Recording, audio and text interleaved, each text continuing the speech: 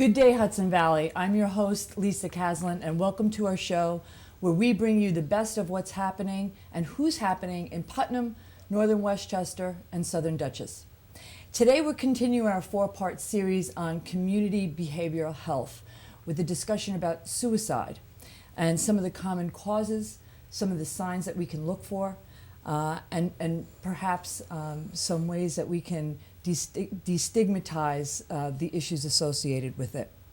Our guests today are experts in mental health counseling and suicide prevention. Please welcome Krista Zanfordino, who's a licensed clinical social worker, program director of PROS for Putnam Family and Community Services, Megan Castellano, who's the executive director for Mental Health Association in Putnam County. Welcome. Thank you. Maria Idoni, Hudson Valley and Westchester area director of the American Foundation for Suicide Prevention. Thank you all for coming. Thanks. I want to start off with a question that may be obvious to you, but I read recently that the majority of people who actually complete suicide never really wanted to die, but they just couldn't find another way out of their pain. Do you know that to be true? Would you? I think that we have found that a lot of people who have thought about suicide and attempted suicide have felt really alone in their pain and didn't know any other way out at the time. So I don't know if they necessarily didn't want to complete suicide, but I think that just the depression and loneliness led them to feel no other path for themselves. I think a lot of people lose touch with hope, and that's a dangerous thing. And we always say that suicide is a permanent solution to a temporary problem. And sometimes people need you to be there to remind them about their hope. Help connect them with their hope so that they know that they're not alone in that suffering that they're enduring at that time.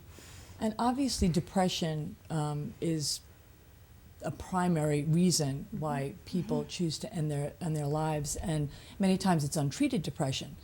Why do you think that many people feeling this way resist treatment and don't get help?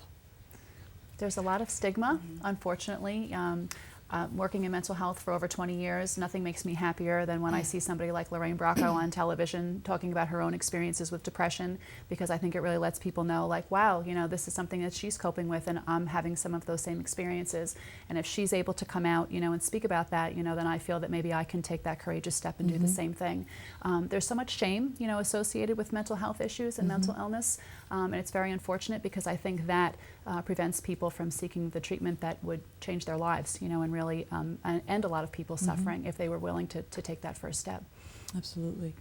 And when we talk about risk and types of people, are teens more apt to be at risk for suicide? Do you think, Maria? Which me? They're more impulsive. Okay. But I wouldn't say they were more at risk. The highest rate for suicide is amongst adult males. Oh, really? And what's the age group? 40 to 65. Oh, interesting. And do you think that in that case it's brought on by maybe a shift in their economic situation or a life-changing event? Or do you think different for each individual? 90% of those who die by suicide are suffering from some form of depression, whether it's undiagnosed or mistreated, but there's always underlying causes. And one of the problems is the media, when there is a suicide, will try and say one specific thing that caused the suicide. The child was bullied or the man lost his job. Those are just things that may have pushed them over the edge, but there's always underlying causes to it that are overlooked.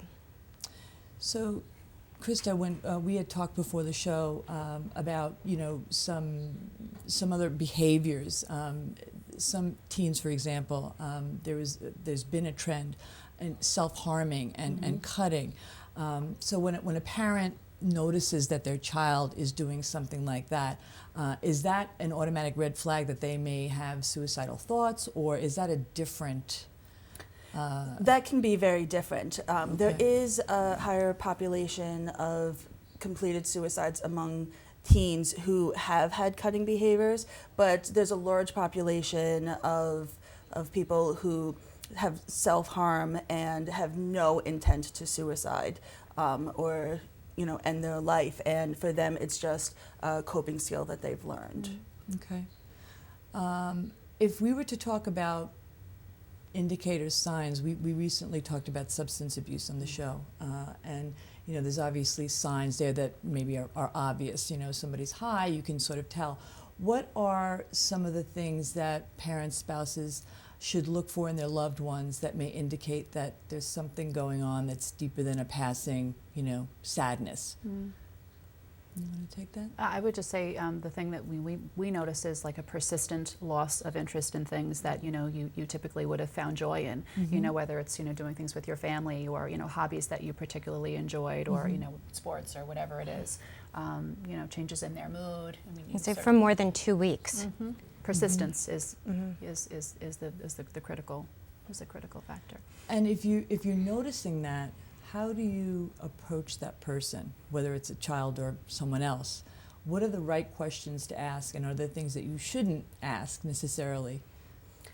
I think the most important thing, if you're concerned that somebody has a plan to commit suicide, is to be open and ask them. People are afraid to use the word suicide. Are you planning on killing yourself? People are afraid, I'm going to put that idea in their head. You're not going to put that idea in someone's head. You can, I think, by just being honest and open and saying, do you have a plan to commit suicide? Do you have a plan to kill yourself?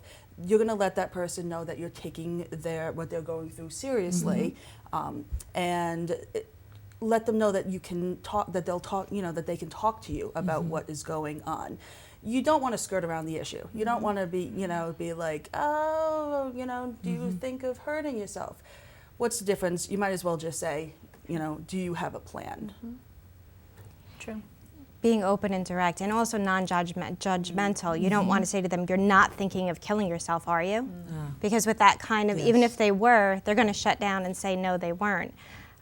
The most important thing, and I'm sure we'll get into this later, is when you ask the question, like Krista was saying, you have to be direct about it. Because to them, hurting themselves, suicide isn't that. It's ending their pain, so that's not hurting themselves. So they would answer no, and that's why we always recommend being as direct as possible and saying, killing yourself or thinking of suicide. So I want to get into the various programs. I mean, you're all similar, but you're all different, and I want everybody to sort of understand what role each of you plays. So I'm just going to basically ask each of you to talk a little bit about your organizations. Maybe Maria, you can start first by talking about. Sure. The American Foundation for Suicide Prevention is a national organization, but we have chapters all across the country. In the Hudson Valley, we have a chapter that covers Dutchess, Ulster, Orange, Rockland, Putnam, and Sullivan counties, and then Westchester has its own chapter. And our organization is dedicated to understanding and preventing suicide through research, education, advocacy, and to reaching out to those who have been impacted by suicide or suffering from mental illness. It's a very grassroots effort.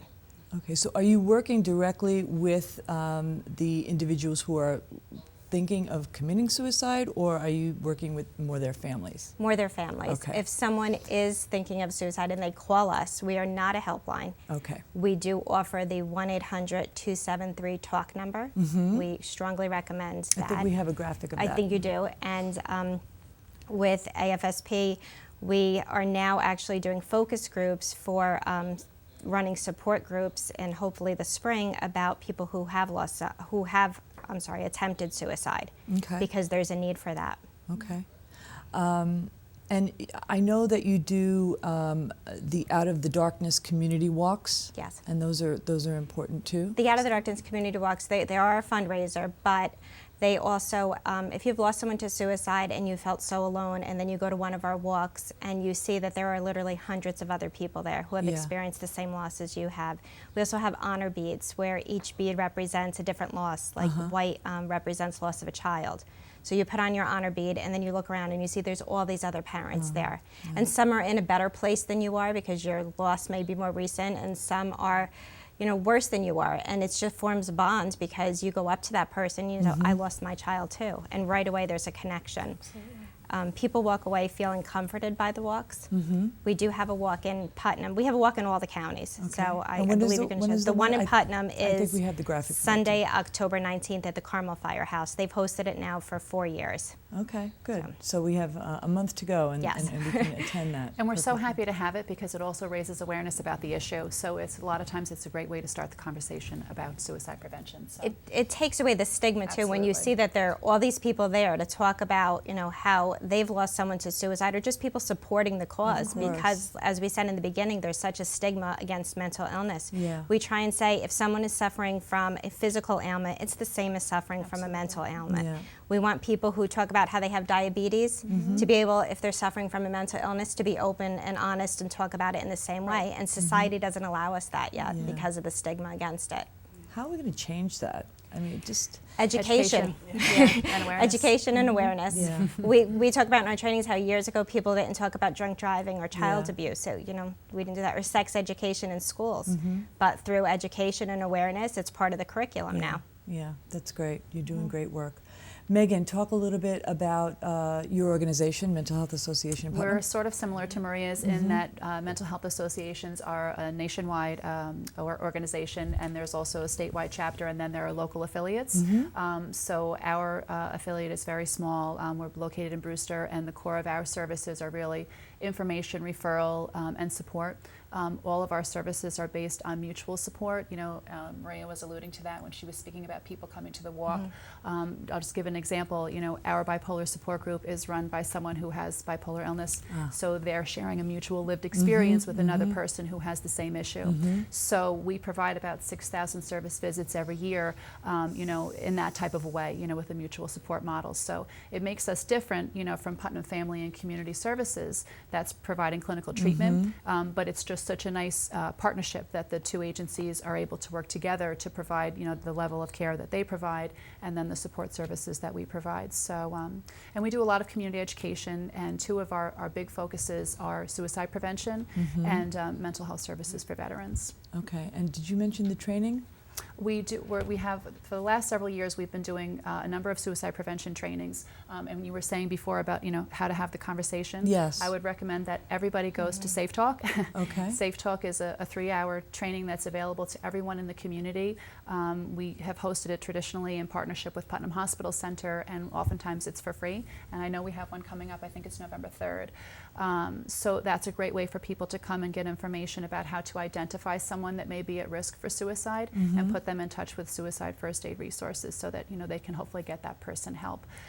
And one of the other trainings that we've been happy to offer is kind of the next step from that, which is called ASSIST. It's Applied Suicide Intervention Skills Training. It's a 2-day training, and it's to help people feel more comfortable, competent, and confident if they encounter someone who's at risk for suicide, that they'll be able to, you know, to assist that individual. And that training is going to be offered on October 6th and 7th, also in partnership with Putnam Hospital right here in Carmel. Okay, great. And all this is on your website, right? Please, yes, if you visit our website, if you're seeing this show after the date that it, you know, was originally taped, those trainings are ongoing, and, you know, we want to hear from the community. We've done training specifically for special populations, like we did a great training for first responders, because obviously, you know, it's difficult for some of the things that they respond to. You know, they're dealing with a lot of trauma. And we also are going to be doing it for veterans. So, you know, if people visit our website, take a look at the trainings that we have available, and if there's a need that you feel is not being met, you know, we'd be happy to provide a training. We're working with the schools also, that's another exciting thing. Oh, May I? good. I'm sorry. May I Yes. say one thing about the Safe Talk? Please, yes. Safe Talk is suicide alertness for everyone. Okay. So we relate it to CPR. If Oh, somebody okay. is choking, there's a certain way to respond to the person Exactly. choking. And Safe Talk, if someone has thoughts of suicide, there's a certain way to respond to it. So as Exactly. Megan said, it is for everybody It's for in the everybody. community. Don't think that you just need to No. be like a clinician or, you know, some. No. Suicide is a public health issue. Everybody should be aware, and they should be informed. So it's absolutely for everyone. Okay, and the task force? There's a new suicide prevention task force in Putnam County. We formed about a year ago, and it's wonderful because it's really a coordinated community response, which is really what you want. And we have representation there from clergy, from the schools, the coroner is there, the mental health and chemical dependency agencies, and survivors, and we're all